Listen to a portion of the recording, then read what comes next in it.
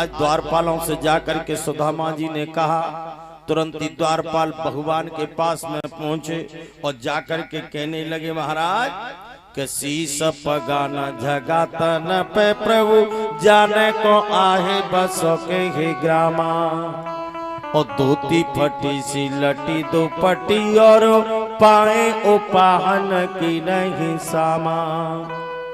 द्वार खड़ो द्विज दुर्बल एक रयो चकित बसुदा अभिरामा। और पूछत दीन दयाल को धामो बतावत अपनो नाम सुदामा। पूछत दीन दयाल को धामो बतावत अपनो नाम सुदामा। पूछत दीन दयाल को धामो बतावत अपनो नाम सुदामा। आज भगवान के कानों में जैसे सुदामा नाम पड़ा, अब तो सुदामा जी के नाम को सुन करके और तुरंत ही भगवान महाराज अपने गद्दी से कूद करके भगवान तुरंत ही महाराज कूद पड़े। और न तो इन्होंने अपने मुकुट को संभाला, न पीतांबर को संभाला, और महाराज न पैरों में खड़ामू पहने। द्वारकाधीश भगवान तुरंत ही दौड़ते हुए जा रहे हैं। और जैसे ही दौड़ते हुए जा रहे हैं ना, द्वार पर सुदामा जी खड़े हुए थे। सुदामा जी को जाकर के द्वारकाधीश भगवान ने अपनी छाती से लगा लिया। अपने मित्र को लेकर के द्वारकाधीश भगवान महलों में आए और लाकर के द्वारकाधीश भगवान ने अपने मित्र सुदामा जी को अपनी गद्दी पे बैठा दिया। और जैसे ही अपनी गद्दी पे बैठाया, द्वारकाधीश भगवान ने रुक्मिणी को गर्म जल लाने के लिए कहा, मेरा मित्र आया है, चरण धोने के लिए गर्म जल लेकर के आओ। आज मैया रुक्मिणी गर्म जल लेने के लिए चली गई। और जैसे ही गर्म जल लेने के लिए गई तो मैया रुक्मिणी को थोड़ा सा विलंब होने लगा। तुरंत ही महाराज भगवान की दृष्टि अपने मित्र सुदामा के चरणों पर पड़ी। आज सुदामा जी के चरणों को देख करके आज द्वारकाधीश भगवान की आंखों से टप टप करके आंसू बहने लगे। और आपको मालूम है कि ऐसे बेहाल बेमाइन को पग कंठक जावल लगे पुनि जोए। आए हाय महा दुख पाए तुम, आए इतने किते दिन कोई। देखी सुदामा की दीन दशा, देखी सुदामा की दीन दशा। करुणानिधि के करुणानिधि रोए। पानी पर हाथ को हाथ छुओ नहीं, नैनन के जल सो पग धोए। पानी पर हाथ को हाथ छुओ नहीं, नैनन के जल सो पग धोए। आज सुदामा जी के पैरों को द्वारकाधीश भगवान ने अपने आंसुओं से धो दिया। और जैसे ही पैरों को धोया, शाम हो गई, रात्रि हो गई। द्वारकाधीश भगवान सुदामा जी को लेकर के अपने कमरे में गए। कमरे में जाकर के बैठाया। भगवान ने सुदामा जी से पूछा, सुदामा जी एक बात पूछूं? कहा, तुम आप ब्याह बहू है क्या नाम है? सुदामा जी कहने लगे, भैया ब्याह तो हो है। भगवान कहने लगे, भैया एक बात बता, जब ब्याह बहू है तो भाभी ने मेका जे कछु खावे का जाए भेजो है क्या ना भेजो? सुदामा जी की कांख में जो चावल की पोटली लगी वो टाइट कर ली। भगवान समझ गए और भगवान ने तुरंत ही पीछे से हाथ डाल करके और तुरंत ही सुदामा जी की कांख में जो चावल की पोटली लगी हुई थी और तुरंत ही भगवान ने उस चावल की पोटली को खींच लिया। और चावल की पोटली को खींच करके भगवान ने तुरंत ही पोटली को खोला और खोल करके भगवान ने तुरंत ही चावल की पोटली में से एक मुट्ठी मुंह में डाली, उसके बाद दूसरी मुट्ठी मुख में डाली। और जैसे तीसरी मुट्ठी डालने के लिए तैयार हुए, तुरंत ही रुक्मिणी ने आकर के हाथ पकड़ लिया। रुक्मिणी आकर के कहने लगी, महाराज अगर तुम इन ब्राह्मणों को ही सब कुछ दे दोगे तो तुम क्या कटोरा लेकर के भीख मांगोगे क्या?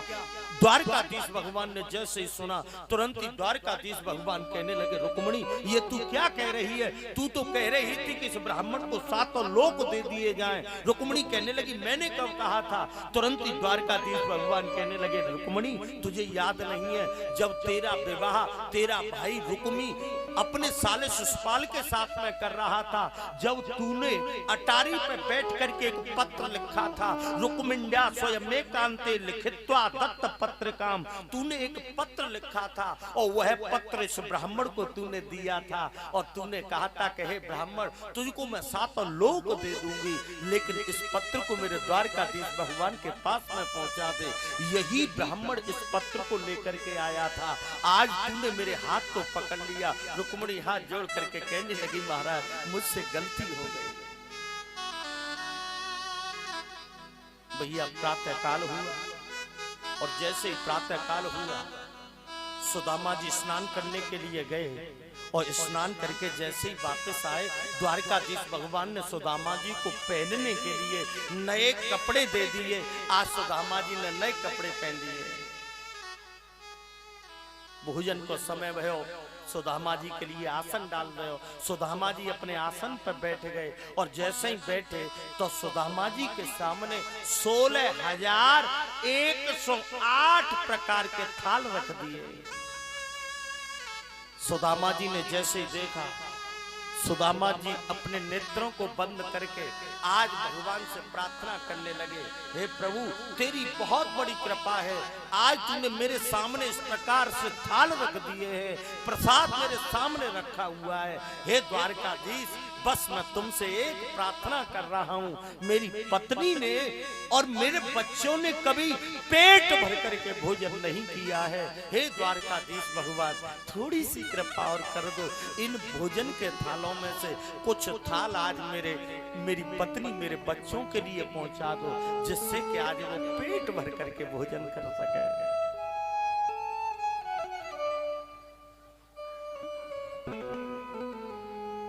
भैया सुदामा जी कुछ समय तक द्वारका में रहे, 2-4-6 दिन। एक दिन प्रातः काल का समय, द्वारकाधीश भगवान स्नान करवे काज जा रहे, कन्हैया द्वारकाधीश भगवान को सुदामा जी ने देखा। सुदामा जी कहने लगे, लाला अब तो लौट के हम अपने पोरबंदर को जाएंगे। द्वारकाधीश भगवान कहने लगे, 2-4-6 दिन और रहो, चले जाना। सुदामा जी कहने लगे, नहीं क्यों? कि नहावत होगी नहीं सुकसो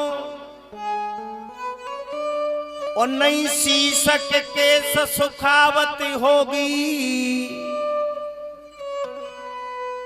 राह को देखते होगी सदा, बुद्ध नित्य पंचांग दिखावत होगी। द्वारका नाथ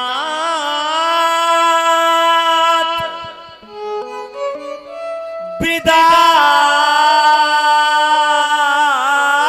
कर दो, घर का बिड़ारते होगी। कौआ उड़ जा, कल तो हमारे पंडित जी आ जाएंगे। भैया अब तो हम पोरबंदर को जाएंगे। द्वारकाधीश भगवान की जातरी का थे दोनों मुट्ठी बंद, और जैसे ही मुट्ठी बंद, चलो भैया विदा कर दे।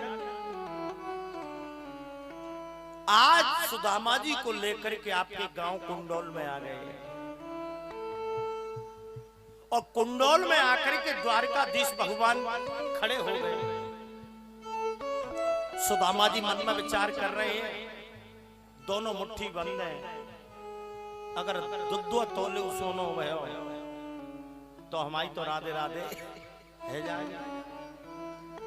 लेकिन भगवान आकर के कहने लगे, हे सुदामा जी अगर कभी सो होकर के अगर पोरबंदर को जाना चाहते हो तो ये रास्ता 3 दिन का रास्ता है। और अगर आगरा होकर के घूम करके कभी में निकल करके अगर पोरबंदर में जाना चाहते हो, ये रास्ता 6 महीने का है। दोनों मुट्ठी इस तरीके से खोल दी। सुदामा जी मन में विचार कर रहे हैं, जाके तो मुट्ठी में एक में कछुला हाथ। एकदम सुदामा जी कहने लगे, अरे कन्हैया हम तो जाएंगे ताते चले जाएंगे, तू हमारी देह मत बजा रहे, अपने घर कौन जा। द्वारकाधीश भगवान सुदामा जी को विदा करके वापस चले गए। सुदामा जी रास्ते में जा रहे हैं, और जब रास्ते में जा रहे हैं तो भगवान ने माया के चोरों को पैदा कर दिया। माया के चोरों ने सुदामा जी जो नए कपड़े पहन करके जा रहे थे ना, उनको तुरंत ही उतरवा लिया। सुदामा जी के थैला में जो फटे पुराने वस्त्र पड़े हैं, आज सुदामा जी ने उन्हीं कपड़ों को पहन लिया और रास्ते में जा रहे हैं और मन में विचार करते हुए जा रहे हैं कि जाके मैं पंडिता नहीं थी कहेंगो ले कुंडोलक के लोकमन सिंह ने जी पोटे ही बनवाए दिए जाए उतरवाए ले।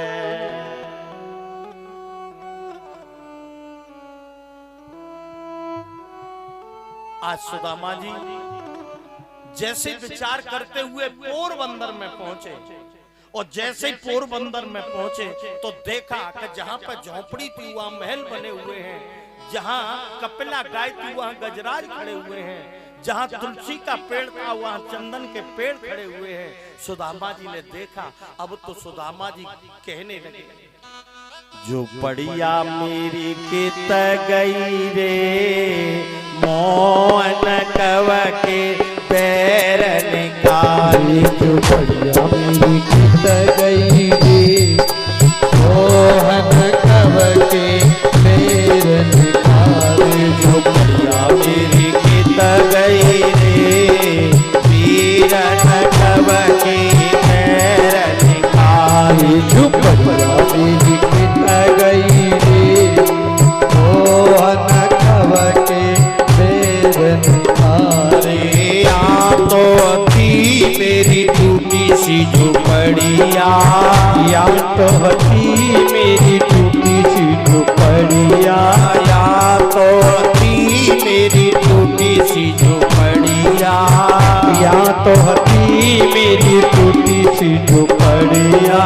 कंचन महल बने, मोहन कव के पैर निकाले। झोपड़िया मेरी कितना गई रे, मोहन कव के पैर निकाले। या तो मेरो तुलसी को बिरवा, या तो मेरो तुलसी को बिरवा, या तो मेरो तुलसी को बिरवा, या तो मेरो तुलसी को बिरवा।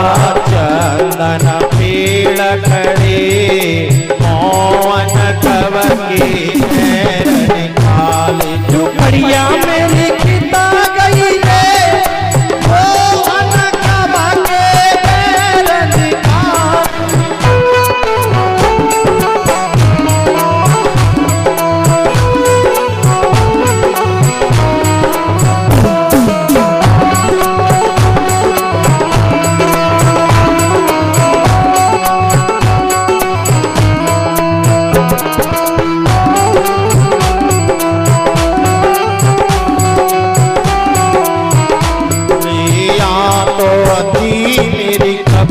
सी गैया, या तो थी मेरी कपिला सी गैया, या तो थी मेरी कपिला सी गैया, या तो थी मेरी कपिला सी गैया।